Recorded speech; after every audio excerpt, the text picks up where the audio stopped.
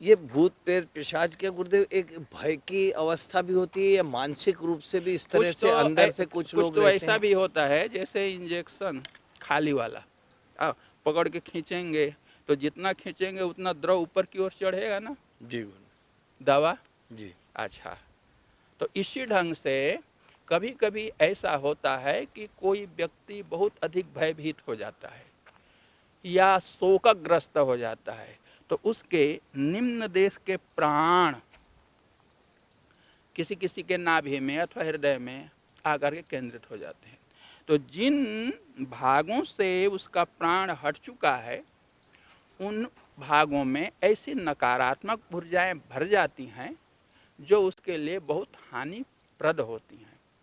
अच्छा, जो इसके विज्ञ हैं वे औषधि के माध्यम से अथवा मंत्र बल के माध्यम से उसे दूर करते हैं। बहुत कुछ ऐसा भी होता है उसके मस्तिष्क में, कोई कहते हैं कि किसी आत्मा का आवेश हो गया, तो यह भी एक कारण होता है।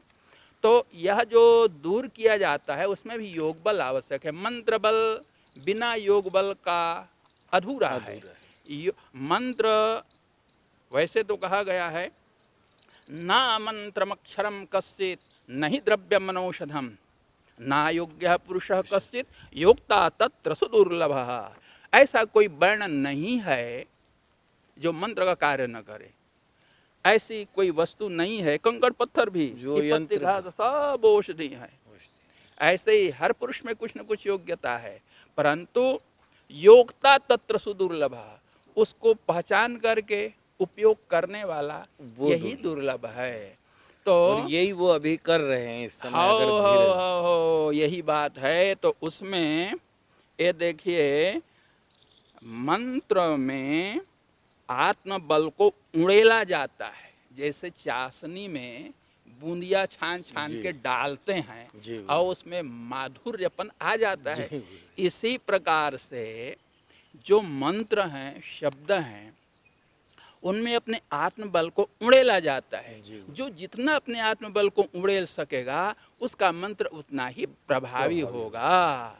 तो इस जगत में लोग सामान्यतः व्यवहार करते रहते हैं। एक पिता अपने पुत्र को बोलता है यहाँ आओ, तो उसका बेटा सुनता ही नहीं है, जी मानता ही नहीं। परंतु एक पिता बोला ऐ सुनो, तो दौड़ करके दौड़ आता है। करके तो ये दोनों के वाक्य में अंतर है, क्योंकि उसके शब्द में उतना आत्मबल नहीं है जी कि अपने बच्चे को खींच सके। और ये जो दूसरे ने कहा यहाँ आओ, लड़का दौड़ के आ गया, वो आत्मबल से। आत्मबल भरा हुआ। ऐसे ही मंत्रों में भी समझना चाहिए, आत्मबल से बढ़कर इस जगत में कुछ भी नहीं है। जी तो चाहे मंत्र हो, तंत्र हो, यंत्र हो, उसमें अपने आत्मबल को उड़ेल देने से, अर्थात चेतना रूपी शरीर के भीतर में जो चेतना का सिंधु जी है, जी गुरु उस चेतना सिंधु में इनको डूबे डुबेने से, अक्त करने से, मज्जन कराने से वो सामर्थ्यवान हो हो जाता जाता है।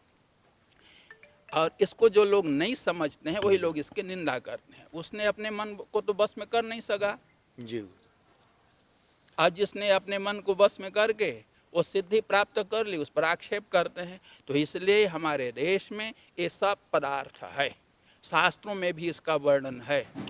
और हमने तो कथा सरित सागर में विविध प्रकार के जो आख्यान देखे थे, जी गुरु उनको तो हूबहू वैसे ही घटना एक साधक ने जो किया था बता, बोले अरे सरित सागर में पड़ा हुआ हमने देखा, इसको तो प्रत्यक्ष वर्णन कर रहा है, बता रहा है।